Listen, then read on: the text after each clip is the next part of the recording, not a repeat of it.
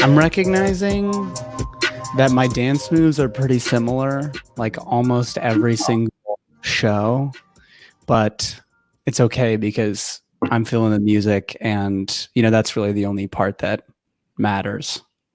So happy Friday, everyone. Welcome back to another edition of Happy Hour. I'm your host, Hayden Humphrey, and I am very excited about my guest today, fellow coach, good friend, consumer of this particular program, Miss Rose Richardson. Rose, how the heck are you? I'm killing it. I'm doing good. How has your week been? How has your Friday been? It's good. I mean, keeping busy. I was telling you earlier, I took a mental health day today. If anybody's not taking mental health days, up it. Yeah, I've been puzzling all day. Yes, I love that so much. I am not so much of a puzzler myself, although I will say I don't give myself many opportunities to be a puzzler. So maybe if I bought some puzzles, I'd get more involved in it. But regardless, Rose, for those of the folks watching that don't know you, can you tell us a little bit about you and what you're up to? Oh, yeah. Thanks for that. As Hayden mentioned, I'm a life coach. So I work with high achieving women. I help take women from burnout to balance. And I do that through one-on-one coaching, programming, and then free Facebook group. God, thank God for Facebook. Shout out to Facebook today. Making all of our crushing it.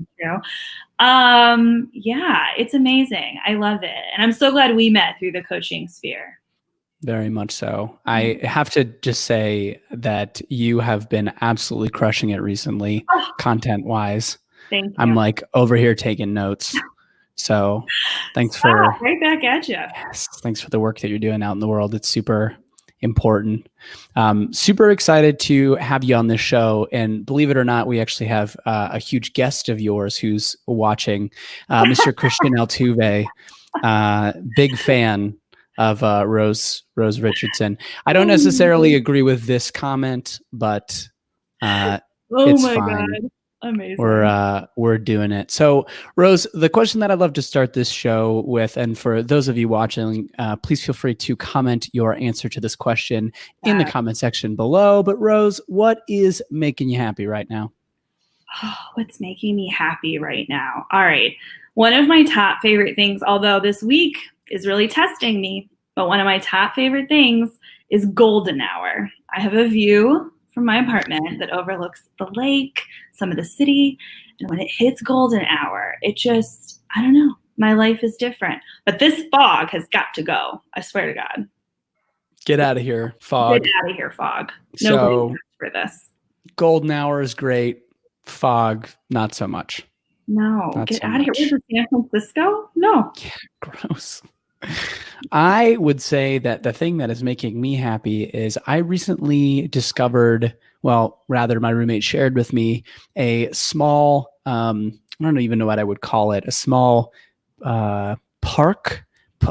Like it's got all this like physical fitness equipment, outside equipment. And since I have been exercising more recently, it's a pandemic thing that I'm trying. It's been really great. Actually, I have been very much so enjoying taking advantage of the public parks around our apartment. So I'd say that's making me pretty happy right now. The one by Diversey and like Sheridan? Potentially. It's off of Montrose. Oh, Montrose. Okay. There must be multiple. Something. Yes, multiple of these parks. The other thing that is actually making me really happy that I just remembered is I just bought a new down comforter. And that is the highlight of my week. Ooh, okay. You made me think. I forgot one thing. Please. I have ordered bi-weekly, so like twice a month, subscription to fresh flowers delivered to me. That's awesome. That's pretty cool. That's so great. I love that. Just send me that that information. Very closely related follow-up question here, Rose. What are you most grateful for today? Oh, I love this question.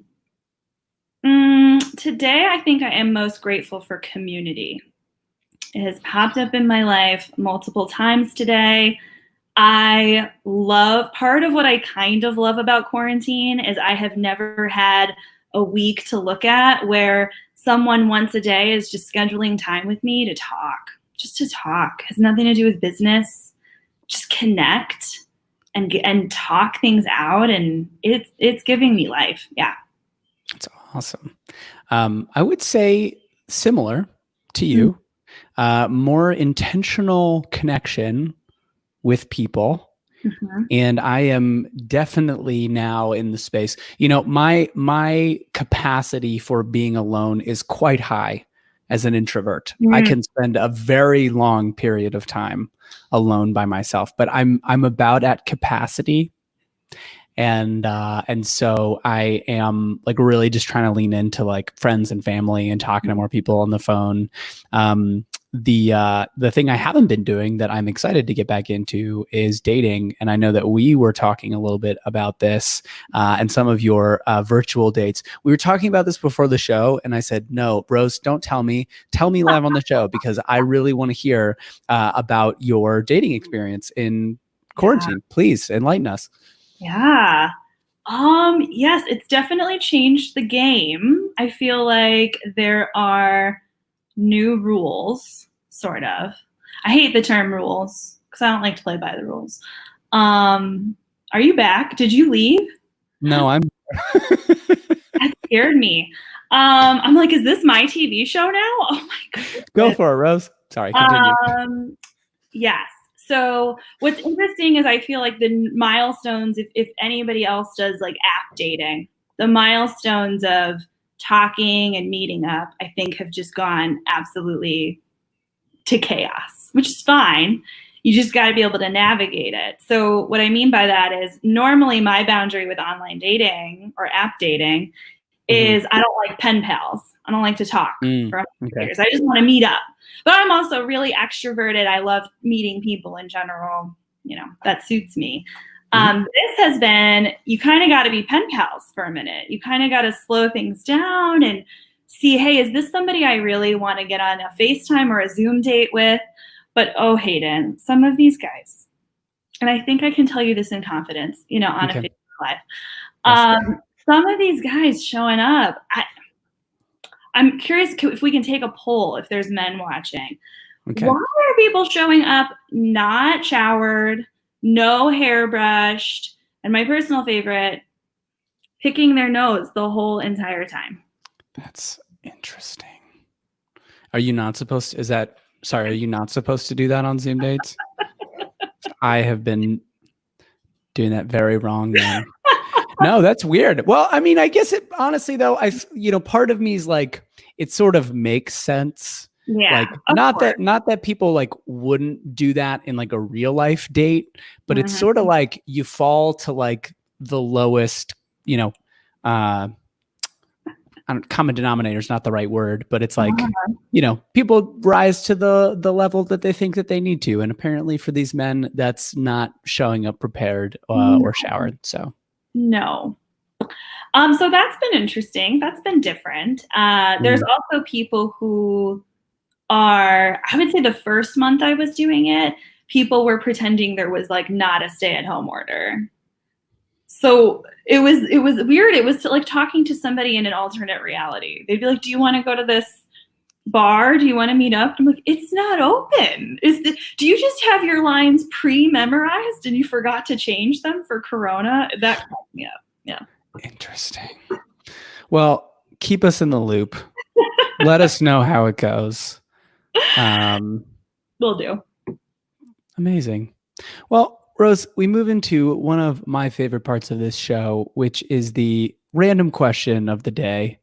Rose, are you ready for your random question of the day? I can't wait. Amazing. So, Rose, I'm going to generate your question here now. Rose, what about you do you seem to get the most comments or compliments about? That's interesting. Yeah, okay. I like that. I usually get the most comments that I'm really bubbly, which I think is a really funny thing because I see myself as just totally human and I'm not introverted, but I need time to decompress after I hang out with people and I have bad days. But I am constantly told I am really bubbly. And if that makes people feel really happy, then I'll take it. That's great. I totally hear that. I kind of get the opposite comments. People are like, you're just so angry all the time. And like, you're really just sad and you just have this very heavy energy. No, I don't. Joking. I get very similar. I get very similar comments. Very, very similar comments. I totally feel you. Yeah. I would say it's the same thing for me. I was thinking about, I'm like, is there anything that I would say is different? And no, I think it's the same. So internet high five on being alike. Can we do this? Or can we give you like that? No. All right, ready? 3. Ready? Okay. All right. No, but you got to look at my elbow though when you do it. Oh shoot. Okay. All right, I'll look at yours. All right, 3, 2, 1. Go. Smack. There was a lag. Awesome. That was great. Totally nailed it. The second question here, Rose, have you ever had or witnessed a drop the mic moment? A drop the mic moment. Or maybe like a really I see. amazing comeback or like comeuppance type of deal. No, this is a toughie. I'm gonna have to think on this one for a second. A mic drop moment. My mind is going to celebrities, which they don't deserve this. Let's get into people we know. I was told I had a drop moment the other day, but I don't remember what I said. Isn't that just the total curse of being a coach? You're like, I'm sure it was great, but no idea. To the comment that you just made about celebrities, I actually would love to ask you, this is a little bit of a sidebar, but you posted earlier today, I believe this is you, and this is going to be really embarrassing if it wasn't, that you had a number of celebrities that you had met and that one of them wasn't accurate. Can you share with us some of those stories about seeing those celebrities? Okay, I'm pulling up the list because it took me a while to get to this list. I had to really think about it. So the celebrities that I've met are John Mulaney, Scotty Pippen, Nick Kroll, and Chris Pratt. What was the coolest or most memorable meeting? So my close friends like to make fun of me for this because when I met both John Mulaney and Chris Pratt, I basically blacked out. Yeah, I straight up blacked out. Chris Pratt, as he was walking away, thank God he was already walking away after we met, I apparently just stopped working as a person and then proceeded to whisper, thank God, because he couldn't hear it, whisper, "Welcome to Chicago." Like a psychotic ambassador to the city. I'm sure that he really appreciated your warmth and your welcome into the city. You did Chicago a favor, so thank you for that. Yeah. John Mulaney, huge idol. Do you like John Mulaney? I do enjoy John Mulaney very much. Right up your alley. That's why I asked. Yes. John Mulaney is a huge, I'm a huge fan of his. And meeting him, I saw him on stage and he called on me in the audience. So I'm counting it because we had a whole exchange. And he asked my name. So I'm counting that one, right? Nice. I was part of the show. But yeah, no, I straight up blacked out. I know exactly what I know the exact experience that you're talking about. Yeah. I don't have any celebrity blackout stories, but the two celebrity stories that I have, one was I saw from a distance Steph Curry in a movie theater in San Francisco. So we're basically best buds now. Absolutely. And the second was I saw Mark Ruffalo on the street in New York. Cool. And He's a that cool one was guy. actually really cool. Yeah. I didn't get to talk to him. He Okay. ran away pretty quickly after I Yeah. approached him. But from what I hear, he's a really cool guy. He's a cool guy. My uncle's met him a number of times. My uncle's a pretty heavy activist in New York City, and Mark Ruffalo is as well. So they run in a lot of the same like activism circles. Nice. Random. That's But cool. Mark Ruffalo is totally an activist, which is, I don't know that you'd expect that from him. The Hulk? I didn't. No. Yeah, would definitely not expected. The next game that we move into, Rose, is one that I'm pretty excited about. I was cracking myself up earlier with these, so I hope that you have the same experience. But the game is called What Are Your Thoughts? And pretty simple, pretty straightforward game. We're just going to go through some comparisons, some different topics, and I just want you to share with us, like, what are your thoughts on these topics? I can't wait. So the first one here is New York or California. Rose, what are your thoughts? What are my thoughts? California all the way, baby. Here's the deal. I'm from the second city. I was born hating New York. My entire mom's side is from Jersey. So same thing, doubling down. Plus, I've been to New York City at least 20 times. So I'm going all California. I love it. I might want to move there one day. Ooh, it was a lot. I just unloaded. I love that. No, that's great. I appreciate you sharing the depth of your passion and feeling about both of these cities. I would say that I enjoy both of these cities, or both of these rather states, if you will. New York is super fun. I lived there for a short period when I was in college. I now don't want to move there. I did at the time. But every time I go there, I'm like, this is really fun. And thank God that I don't live here. Yeah. California, great state, huge state. I lived there for a bit in, what was this, 2015? 2015 to 2016. I lived in San Francisco for about a year and a half. Wow. And was really great. Yeah, I think the cool thing about California, and maybe San Francisco specifically, is a lot of people, no one's like actually from there. Like everyone has like moved there from other places. Mm-hmm. So, yeah. And they're very forward thinking, very progressive, very liberal. But I think the thing too, especially those cities that have a lot of money, like San Francisco, it's kind of a bubble. Mm-hmm. I think sometimes when you live there, it's easy to like lose track of how the rest of the world lives. Yeah. But that's fair. To each their own. So thank you for sharing your thoughts on that. This next topic, Rose, orange juice or apple juice? What are your thoughts? Oh my God, so many thoughts. Orange juice all the way. Also so useful between just being so wonderfully refreshing. Also, side note, I feel like I only drink orange juice for breakfast when I'm on vacation. Let me know in the comments if anybody else has that. That said, there was an entire year of my life where I drank apple juice every day at 2 meals.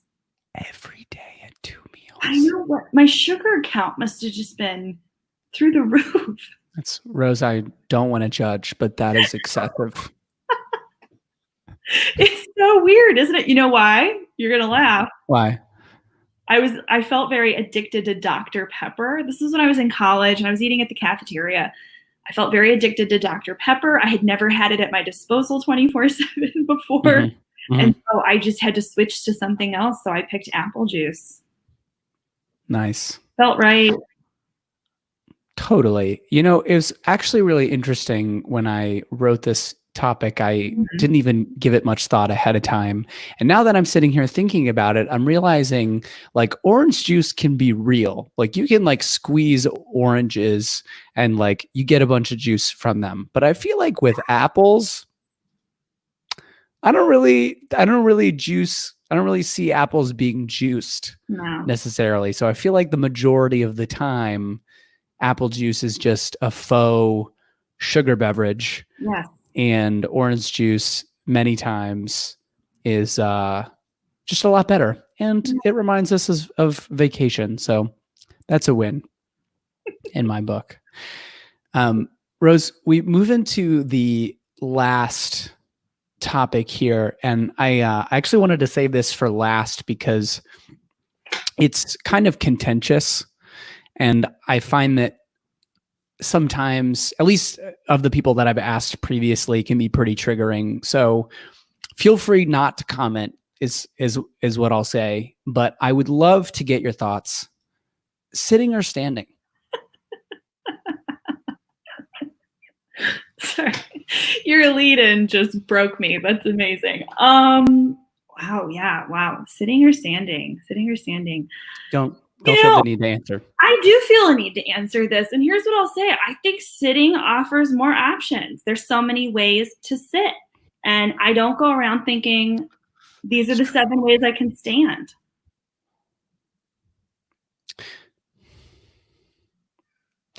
Well, one, like, thanks for being open and just like, and for sharing so openly. I actually hadn't considered that previously. And I came in very much so in the standing camp, Sure. but I think that I've really had a change of heart, and I'm going to agree with you on the sitting. You've won me over. Yes. So, you were talking about activism and Mark Ruffalo. I think you have a very promising future as a sitting activist. Perfect. We'll have sit-ins. Get it? Perfect. Rose, we move into the second to last part of this show, which is the quote of the day. And the quote of the day today is, "Until you make the unconscious conscious, it will continue to run your life, and you will call it fate." Damn. Young in the house. Yeah. Thoughts, reactions, comments? Yeah, I want to make sure I absorb it. Until you make Okay. it conscious. Continue run your life and you'll call it fate. Sure. I was just getting into a discussion about this recently with my coach. What are you manifesting and saying I created that for myself? And what are you saying that's fate? It was destiny. It was always supposed to happen. Where's that line in between? I don't have a good answer for this. I just think it's a great thought experiment. So for me, this is sort of tangentially related to it of, I don't know what he means when he says make the unconscious conscious, but it could mean those thoughts that go through your head where you're like, I wish that did happen. I wish that didn't happen. That's just the way I'm going to look at it. And saying, oh, I was in control of that, or I wasn't in control of that. Yeah, I don't know. I didn't really answer the question, but those are my loose thoughts. No question to answer. Thanks for sharing those. Yeah, I think when I think about this particular quote, like the part for me around unconscious, like what resonates for me is thinking about like what are those underlying stories or like underlying beliefs that are running how we're making decisions and how we're setting our goals. And, so often it's really disempowered stuff. It's like, well, I'm not worthy of that, or I'm not enough to create that, or whatever it is. And like, until you get clear on the fact that those things are running your decision making and running your behavior, it just continues to play out in the exact same way. And I love what you shared. Actually, I had never thought about doing that, but like, what a cool thought experiment to sit down and actually take a look at, what do I think is me creating this thing, and what do I think is fate creating that thing?